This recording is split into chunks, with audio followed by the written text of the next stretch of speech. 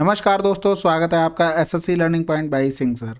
आज हम 7 जून का शिफ्ट 2 का पेपर करने जा रहे हैं। चलिए स्टार्ट करते हैं। पहला क्वेश्चन देखो, सरल करके हमें आंसर बताना है। पहले तो देखो ये क्या लिखा है, ए स्क्वायर। ये क्या लिखा, ए, इसको मान लो बी, तो ये हो गया 2ab प्लस का बी स्क्वायर। फार्मूला क्या बन गया, ए माइनस बी का होल स्क्वायर। ए की वैल्यू क्या है 0.14 और माइनस का 5.14। ठीक है, बचा क्या, जीरो, और एक से गया जीरो, और -5 का होल स्क्वायर बचा। स्क्वायर करेंगे तो आंसर 25। अगला सवाल, एक निश्चित क्रम में दी गई 5 संख्याओं का औसत 32 है। पहली 3 संख्याओं का औसत 28 है तथा अंतिम 3 संख्याओं का औसत 34 है। पहली 2 संख्याओं का औसत क्या होगा। देखो इसको दो तरीके से कर सकते हैं, एक तो बेसिक से, एक थोड़ा ट्रिक से। चलिए स्टार्ट करते हैं। पहला तरीका देखो, हमने मान ली 5 संख्याएं हमारी ये हैं, ए बी सी डी और ई। 32 है, इनका सम कितना हो जाएगा, 5 दूनी 10, 5 3 15, 1 16। फर्स्ट 3 का कितना, ए प्लस बी प्लस सी बराबर 28 गुणे 3, और 3 अट्ठे 24, 3 दूनी 6 2 8, 28 3 84 हो गया। अब लास्ट का 3 क्या होगा, सी प्लस डी प्लस ई होगा। इनका एवरेज दिया 34, इनका सम क्या हो जाएगा, 3 चौकू 12, 3 त्रिका 9 1 10। अब देखो इन दोनों को जोड़ दें और इस वाली से घटा दें, यानी कि दोनों को जोड़कर फर्स्ट वाली से घटा दें तो सी की वैल्यू आ जाएगी। देखो ए से ए कट जाएगा, बी से बी कट जाएगा, लेकिन सी क्या है, डबल है। तो यहाँ से हम करेंगे 4 2 6 और ये 8 और 1, यानी कि सी की वैल्यू क्या आ जाएगी, 186 माइनस 160, 6 8 से 6 गया 2, सी की वैल्यू आ गई हमारी 26। अब इस वाली इक्वेशन में, इस इक्वेशन में क्या करते हैं, ए प्लस बी प्लस सी बराबर दिया 84, इससे हम सी माइनस कर देते हैं। इससे सी माइनस कर देंगे, यानी कि ये वाला सी इधर आ गया, तो ए प्लस बी बराबर क्या बचा, 84 माइनस का 26। तो 14 से 6 गया 8 बचा, और बचा कितना यहाँ पर 7, 7 से 2 गया 5। इनका एवरेज निकालना, डिवाइड 2 कर दो, 2 दूनी 4, दोने में 18।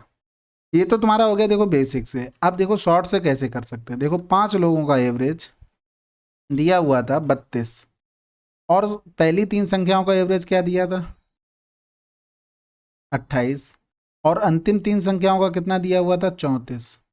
ये देखो एवरेज से कितना कम है, 4 कम है। एक लोगों पे 4 कम है, 3 लोगों पे 12 कम है। ये देखो एवरेज से कितना ज़्यादा है, 2 ज़्यादा है। तो एक लोगों पे 2 ज़्यादा है, 3 लोगों पे 6 ज़्यादा है। तो 12 से 6 जाएगा तो माइनस का 6 होगा। अब जो ये माइनस का 6 आया एवरेज में, वो क्यों आया, वो सी की वजह से आया, क्योंकि सी इसमें भी है और इसमें भी है, यानी कि वो सी है वो एवरेज से 6 कम रहा होगा, इसी वजह से 6 कम आ रहा है। अगर कम नहीं रहा होता तो 6 माइनस का आता ही नहीं। तो सी की वैल्यू क्या आ गई, 32 माइनस का 6, और ये आ गई 26। ये देखो यहीं पर 26 निकाली थी, मिल गया ना बिल्कुल।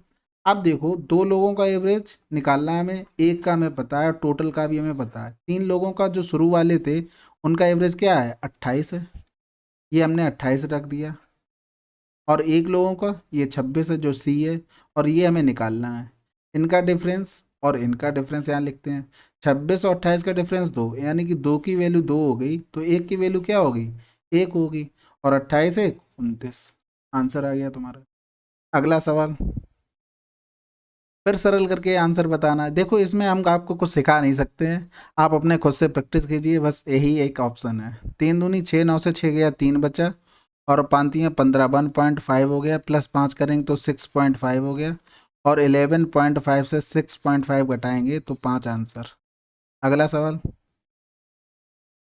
निम्नलिखित आरेख में छायांकित क्षेत्र के क्षेत्रफल ज्ञात कीजिए। देखो छायांकित क्षेत्र क्या करो, ऐसे डिवाइड कर लो, ये 3 है तो ये सामने वाली 3 थी, तो ये भी 3, ये भी 3, ये 3, और ये 3, फिर सब सभी संख्या क्या हो गई, सॉरी सभी भुजाएं हो गई 3 सेंटीमीटर।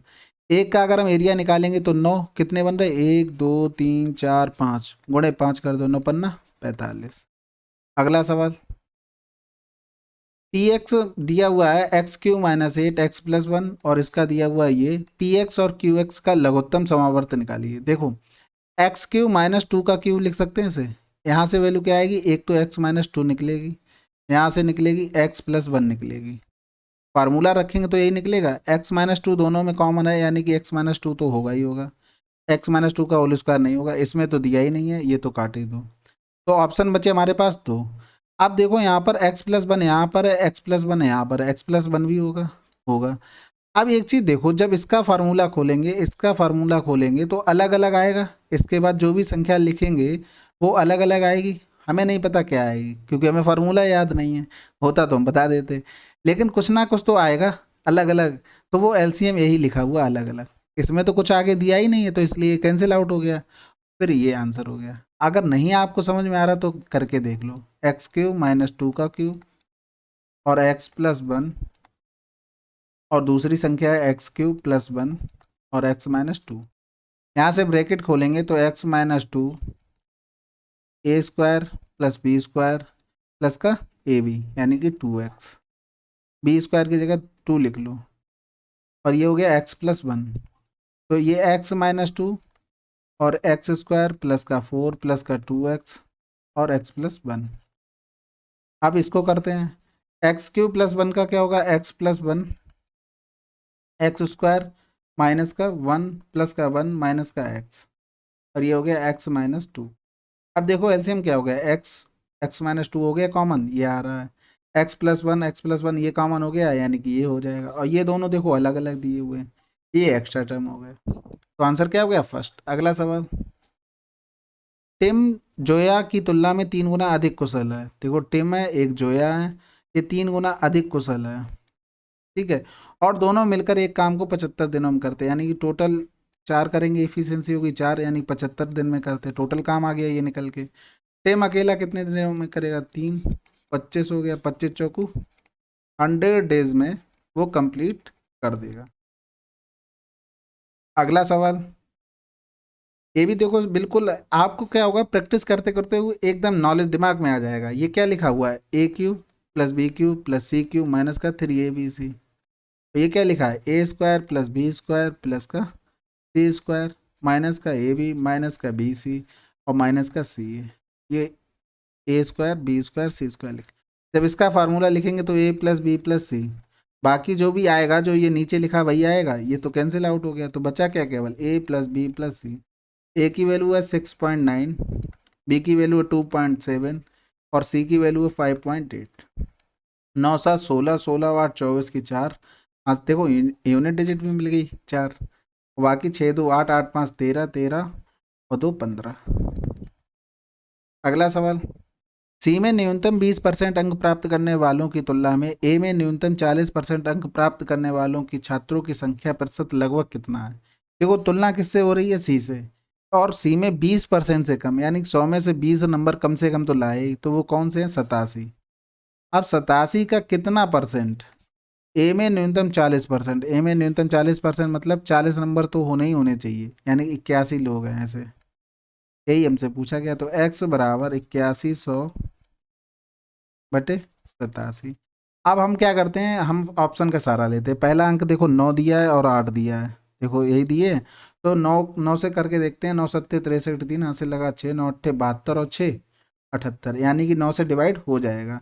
जब 9 से डिवाइड करेंगे तो 8 से 10 से ये घटा देंगे, 810 माइनस 783, 10 से 3 गया 7 बचा, यहाँ 0, और 10 से 8 गया 2, यानी कि यहाँ बचा कितना, 270 बच गया है। और फिर 270 को फिर 87 से करेंगे, फिर देख लो ऑप्शन का सारा, 9 वाले में एक तो 3 को देखना है, एक 0 देखना है, 0 से तो जाएगा नहीं क्योंकि 0 रखेंगे तो 87 गुणा 0, ये तो पूरा भाग चला जाना चाहिए, लेकिन ऐसा नहीं हुआ। अब क्या आएगा, केवल एक ही ऑप्शन बचा, 3, 3 सत्ते 21, सांसे लगा दो, 3 अट्ठे 24 और 2, तो आंसर कौन सा हो गया हमारा, फोर्थ हो गया। अगला सवाल, एक एथलीट 12 मिनट में 3600 मीटर की दूरी तय करता है, उसकी चाल किलोमीटर प्रति घंटा। देखो मीटर को किलोमीटर में चेंज करेंगे तो हो गया 3.6 किलोमीटर, ठीक है। अब हम 12 मिनट को घंटे में चेंज करेंगे तो 12/60, यानी 12 पंजे 60 हो गया। तो एस बराबर क्या होता है, d/t, डी कितना है तुम्हारा 3.6, और टाइम कितना है 1/5, 5 ऊपर चला जाएगा, यानी 5 छक्का 30 की 0, 5 15 और 3 18 किलोमीटर प्रति घंटा। अगला सवाल, कौन सा अनुपात सबसे छोटा है? देखो भाग करके देख लो, 4×7 = 28.7 आएगा, 0.5 आएगा, इसका 0.5 आ जाएगा, इसका 0.4 आ जाएगा, इसका 0.3 आ जाएगा। तो सबसे छोटा कौन सा आया? फोर्थ वाला। अगला सवाल, एक अर्धगोलाकार कटोरे के आधार की परिधि 132 है। देखो एक कटोरा है, इसकी परिधि इस तरीके की होती है, सर्किल टाइप की, यानी कि 2πr की वैल्यू दी है 132। पाई को क्या लिख सकते हैं? 22/7 इंटू आर, 132 हो गया, 11 दूनी 22, 11 कम 11, 11 दूनी 22, 2 दूनी 4 हो गया, 4 तीन 12, यानी कि आर बराबर 21 सेंटीमीटर। क्षमता पूछ रहा है, कटोरी की क्षमता कितनी है, यानी कि वॉल्यूम निकालना है। यानी अर्धगोले का वॉल्यूम क्या होता है? 2/3, पाई का मतलब 22/7, आर क्यू का मतलब 21 गुणे 21 गुणे 21, 7×21 से काट दो, बचा कितना? 44 गुणे 21 और गुणे 21, 4 एकम 4, 4 एकम 4, यूनिट डिजिट 4 आ रही, जीरो तो आना ही नहीं है, इसमें कोई जीरो का वैल्यू ही नहीं है। चलिए अगला सवाल, एक पुस्तक के मूल्य में पहले 8% की वृद्धि की जाती है और बाद में 8% की कमी, तो पुस्तक के मूल्य में कितने प्रतिशत की परिवर्तन हुआ? देखो प्लस का 8, फिर माइनस की कमी हो गई, प्लस माइनस माइनस, 8 गुणे 8/100, यानी कि ये तो कैंसिल आउट हो जाएगा, माइनस का आ जाएगा 2 64.64% की कमी हुई होगी। अगला सवाल, किस महीने में सभी प्रकार के स्कूटरों का उत्पादन सबसे कम रहा है? देखो सबका योग भी दिया गया है, सबसे कम किस में रहा? 90, यानी कि जून में रहा। अगला सवाल, कौन सा सर्वसमिका का चयन कीजिए? देखो कौन सी सही है? देखो sec square theta minus ten square theta बराबर क्या होता है? 1 होता है, तो ये तो सही है। ये sine square theta plus cos square theta होता है, ये हो नहीं सकता, ये भी नहीं हो सकता, क्योंकि सेक इधर लाएंगे तो माइनस का हो जाएगा, लेकिन माइनस में क्या होता है? टेन होता है, और ये भी नहीं। अगला सवाल, निम्नलिखित में से कौन सी संख्या 75 द्वारा विभाज्य नहीं है? 75 से विभाज्य होने के लिए 25×3 = 75, यानी कि 3 से होना चाहिए, तो देखो 7 2 9, 5 4 9, 7 5 12, ये तो हो जाएगी। तो देखो 9 हटा दो, 7 2 9 हटा दो, 12 ये भी हो जाएगी, 6 6 6 ये भी हो जाएगी, 6 3 9, 7 1 8 5 13 ये नहीं होगी। अगला सवाल, बी द्वारा प्राप्त कुल अंकों और ए द्वारा प्राप्त कुल अंकों के बीच का अंतर क्या है? देखो बी ने क्या क्या अंक लिए? देखो 70 प्लस 60 प्लस 80, 8 7 15 6 21, और ए ने कितने कितने अंक लिए? 30 40 30 70 और 70 और 50 120। डिफरेंस निकालना था, 11 से 2 गया 9, यानी कि कितना रहा? 90 अंक। अगला सवाल, 600 के अंकित मूल्य वाली एक पुस्तक 18% की छूट पर उपलब्ध है, तो कितने की छूट देगी? 600 का 18% निकाल दो, 18 छक्का कितना होता है? 108, इतने रुपए की छूट देगी। अगला सवाल, दो समरूप त्रिभुज दिए गए हैं और इनका एरिया है 361 225। यदि बड़े त्रिभुज एक्स वाई जेड की सबसे लंबी भुजा 38 है, तो त्रिभुज एबीसी की सबसे लंबी भुजा कौन सी होगी? देखो A1/A2 और साइड 1/साइड 2, तो A1 कितना है एक्स वाई जेड का? 361 अपॉन, और A2 कितना है ABC का? 225। S1 तुम्हारा कितना दिया गया है? सबसे लंबी भुजा, यानी एक्स वाई जेड ऊपर लिखा हुआ, तो ऊपर लिख दो 38, नीचे लिख दो S2। ये हो गया 19/15, 38/S2, तो 19 दूनी 38, S2 कितना आ गया? 15 दूनी 30। अगला सवाल, 2 वर्ष के लिए 20% की ब्याज दर से ऋण पर दी गई किसी धनराशि के चक्रवृद्धि ब्याज और साधारण ब्याज के बीच अंतर क्या होगा?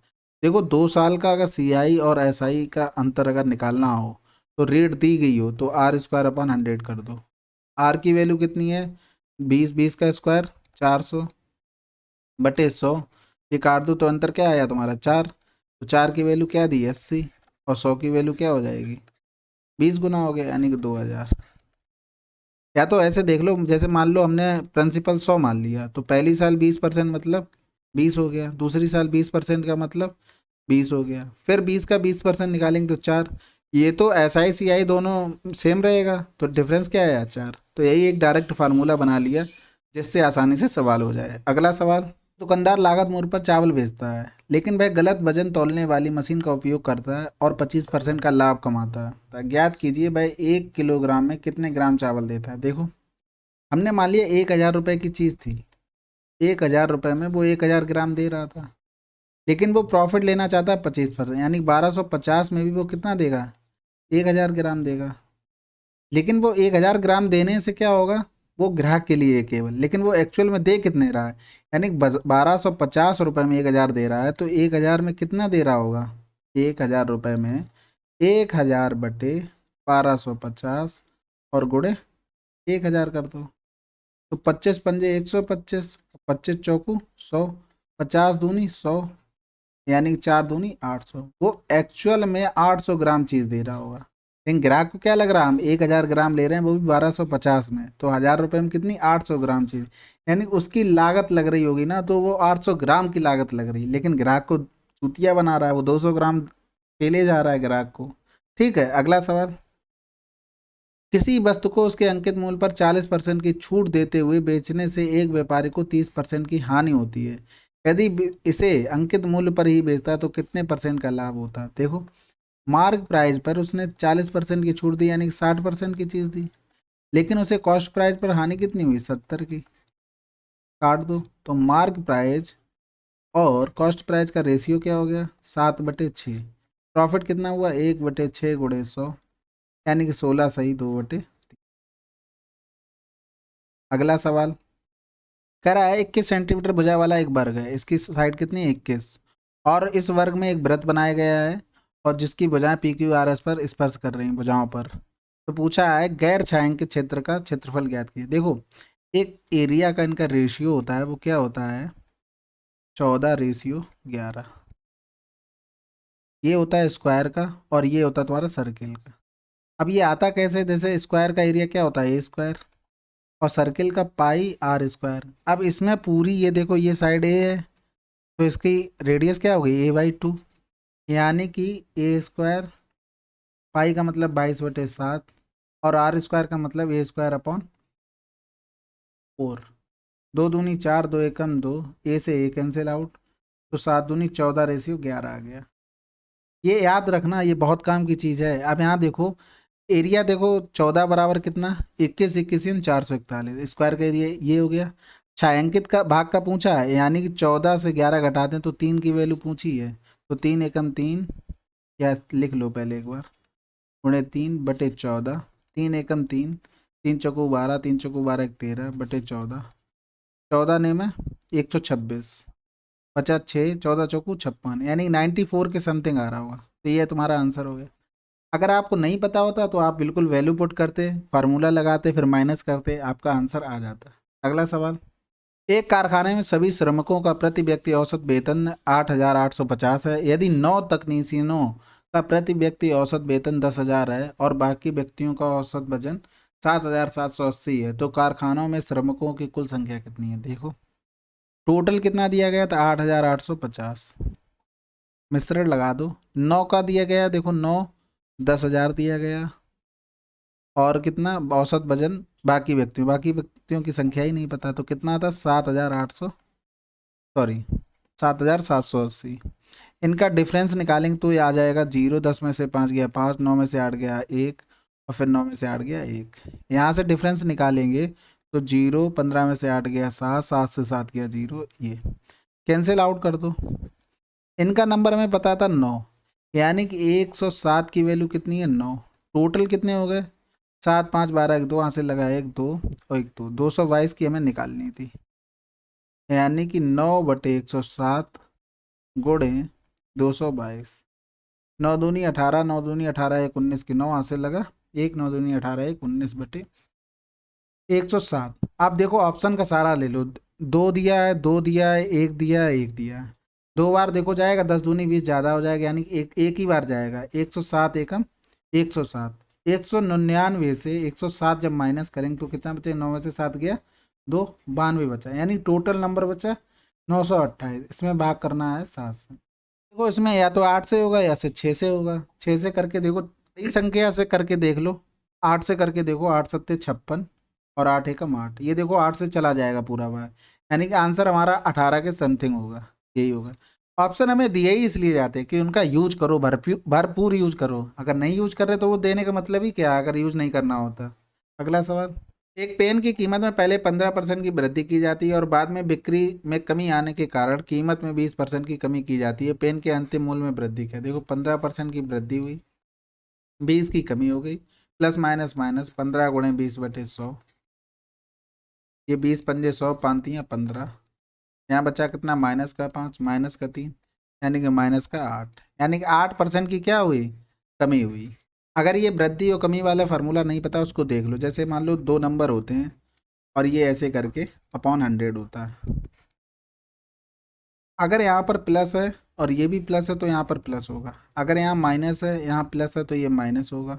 यहाँ माइनस है, यहाँ प्लस है, यहाँ माइनस है तो ये क्या होगा, माइनस होगा। ये इस तरीके से आपकी सीरीज बनती है। अगला सवाल, यदि 2 वर्षों के लिए 10% की दर से चक्रवृद्धि ब्याज 4200 है तो मूलधन ज्ञात कीजिए। 2 वर्ष के लिए, यानी 10 + 10 + 10 × 10 यानी कितना हो गया, 21%। ये 100 पे वर्क कर रहे हैं हम लोग।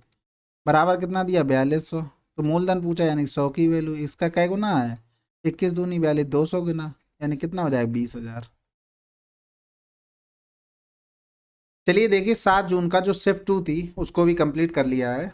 और मिलते हैं अगले वीडियो में। तब तक के लिए आप वीडियो को शेयर कीजिए और सजेशन दीजिए। वीडियो मतलब लास्ट में कमेंट जरूर कीजिए। आप बताइए क्या अच्छा है, क्या बुरा है, क्या इंप्रूवमेंट हो सकता है, या कुछ भी तो लिखिए, तो मुझे मोटिवेशन मिलेगा। लोगों का बहुत बहुत धन्यवाद इस वीडियो को देखने के लिए। Thank you very much.